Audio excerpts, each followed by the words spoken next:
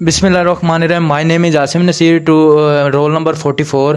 आज का जो हमारा टॉपिक है हेमोराइड्स। हेमोराइड्स क्या होते हैं? बवासीर। हेमोराइड्स को आमतौर पर उर्दू ज़बान में बवासीर कहते हैं। बवासीर में क्या होता है कि जो हमारे पैखाने की एंसें होती हैं वो फूल जाते हैं, जिसे हम हेमोराइड्स कहते हैं। इसके सिम्टम्स क्या होते हैं? सिम्टम इसके काजेज़ क्या होते हैं? ट्रीटमेंट्स क्या होती हैं? और कुछ इसके ग्रेड्स हैं जो 4 ग्रेड तक होती है। तो हम इसके बारे में थोड़ा थोड़ा डिस्कस करेंगे। सबसे पहले सिम्टम्स क्या होते हैं कि हमें ब्लीडिंग है। जब भी हम पैखाना करने बैठते हैं तो हमें ब्लीडिंग होती है।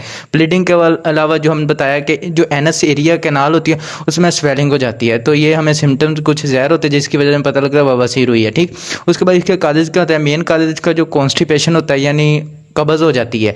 ठीक है, आमतौर कब्ज़ किस वजह से होती है कि हम ज़्यादा, ठीक है, लो फाइबर डाइट खाते हैं, पिज़्ज़ा बर्गर का ज़्यादा इस्तेमाल करते हैं, ठीक है, सब्जियां वगैरह नहीं खाते, तो इस वजह से हमें कब्ज़ हो, यानी हमें मेन इसकी जो होती है कब्ज़ को हमें रोकना, जिसकी वजह से हमें बवासीर रुकते हैं। उसके बाद इसमें क्या होता है? लो फाइबर डाइट, जो भी मैंने आपको बताया, और प्रेगनेंसी की वजह से भी हो सकता है लॉन्ग टाइम टॉयलेट। ठीक है, यानी कि हम पखाना करते वक्त ज़्यादा लंबे अरसे तक बैठते हैं, हमें सोच वगैरह भी पखाने में ही आती है, जिसकी वजह से हमें ये कब्ज़ हो हेमोराइड्स हो सकते हैं। ठीक है, तो ये 4-5 काजेज़ हैं जिसकी वजह से हमें हेमोराइड्स का वजह बनती है। और भी बहुत से मेन काजेज़ हैं। ठीक है, हम पानी वगैरह बहुत कम पीते हैं, ये कब्ज़ में आ जाता है।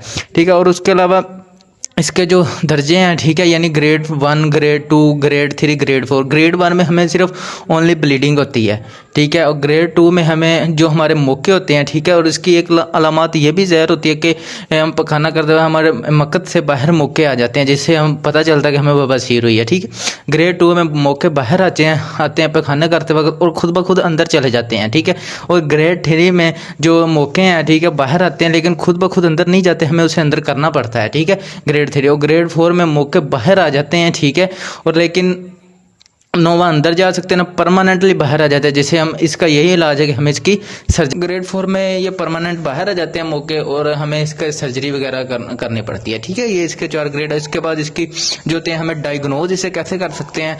डायग्नोज में सबसे पहले हमें DRE, डिजिटल रेक्टल एग्जामिनेशन कर सकते हैं। एनोस्कोपी, प्रोटोस्कोपी, सिग्माइडोस्कोपी के जरिए हम इसे डायग्नोज कर सकते हैं। ठीक है, काजेज जो कॉन्स्टिपेशन, ये हम मेन कॉन्स्टिपेशन को आपने कंट्रोल में रखना है। ठीक है, लो ज़्यादा फाइबर डाइट खानी। इसकी ट्रीटमेंट कैसे है? सॉफ्ट स्टूल, ठीक है, स्टूल सॉफ्टनर लें, सीट्स बात करें।